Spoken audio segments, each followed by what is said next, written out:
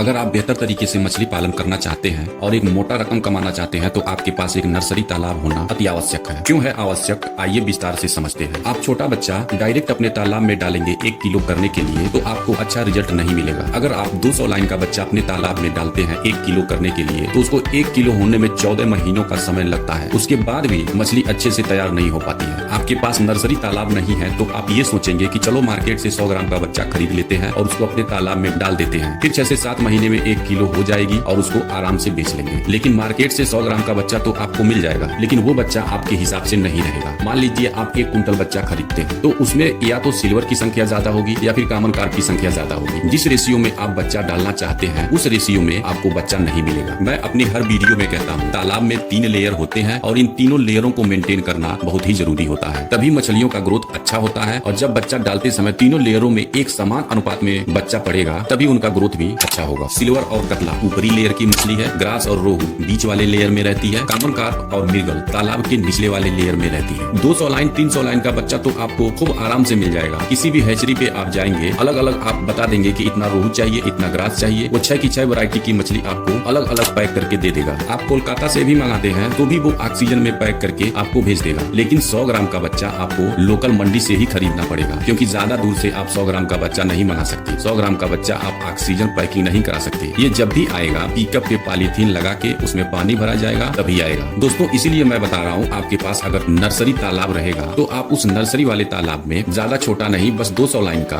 बच्चा डाल देंगे। जब अपना नर्सरी रहेगा तो बच्चा भी अपने हिसाब से पड़ेगा। आप किसी भी अच्छे हैचरी पे जाएं, वहाँ से अपने तालाब के अनुसार रोहू, कतला, मृगल, कॉमन ग्रास और सिल्वर यानी कि 6 की 6 वैरायटी की मछली को अलग अलग पैकिंग कराएं और अपने नर्सरी तालाब में डाल दें। 200 लाइन का बच्चा अपने नर्सरी में डालेंगे तो 6 से 7 महीने में वो 100 ग्राम का होगा। जब वो 100 ग्राम का हो जाएगा तो आपको ये एग्जैक्ट पता भी रहेगा कि इसमें कौन कौन बच्चा और कितना कितना बच्चा है। फिर आप उसको अपने बड़े वाले तालाब में 1 किलो करने के लिए पलटी करवा दें। दोस्तों जब मछलियाँ एक तालाब से दूसरे तालाब पलटी होती रहती है तो उनका ग्रोथ भी अदर मछलियों से काफी तेज होता है। अगर आपके पास नर्सरी तालाब रहता है तो आप चाहे तो हर महीने मछली बेचते रहेंगे। अब हर महीने कैसे मछली बेचेंगे, चलिए इस पर भी चर्चा कर लेते हैं। इसको कुछ लोग मल्टीपल स्टॉकिंग और मल्टीपल हार्वेस्टिंग भी कहते हैं। इसके लिए थोड़ा सा आपको दिमाग लगाने की आवश्यकता है। मान लीजिए पहली बार आप अपने बड़े तालाब में 100 ग्राम का बच्चा स्टॉक किया तो 3 से 4 महीने में ही कुछ मछलियाँ 1 किलो की हो जाती हैं। सारी नहीं, कुछ मछलियाँ। आप उन बड़ी मछलियों को 2 कुंटल 4 कुंटल जाल चला के बेच दीजिए। फिर इधर नर्सरी तालाब में भी कुछ मछलियाँ 100 ग्राम की 3 से 4 महीने में ही हो जाती है। नर्सरी में आप जाल चलाकर आप उसको बड़े तालाब में 1 किलो करने के लिए पलटी कर दीजिए। एक तरफ से आप मछली निकालें 1 किलो करके और दूसरी तरफ से अपने नर्सरी वाले तालाब में 200 लाइन का बच्चा डालते रहे। दोस्तों एक बात ध्यान रहे, जब आप अपने बड़े वाले तालाब से 1 किलो की मछली बेचें तो उसको गिनती कर लें। गिनती करने से आपको ये फायदा होगा कि आपको एक अंदाजा मिल जाएगा कि हमने अपने बड़े वाले तालाब से इतनी मछली बेच दी। फिर उतना ही बच्चा गिनती करके अपने नर्सरी वाले तालाब से अपने बड़े वाले तालाब में डाल दें। केवल आपको 1 साल दिक्कत होगी, उसके बाद आप हर महीने 2 महीने पे मछली बेचते रहेंगे। मछली पालन काफी अच्छा बिजनेस है और सबसे बड़ी बात इसमें लेबर खर्च बहुत कम है। एक लेबर बहुत ही आराम से 5 एकड़ का तालाब मैनेज कर लेगा। अगर कभी कभी 1 दिन 2 दिन लेबर नहीं आता है, तालाब में दाना या खली बरान नहीं पड़ता है तो भी तालाब में उतना प्राकृतिक भोजन रहता है जिसको मछली खाकर अपना भूख मिटा लेगी और उसका ग्रोथ बढ़ जाएगा। ऐसे ही अनुभव के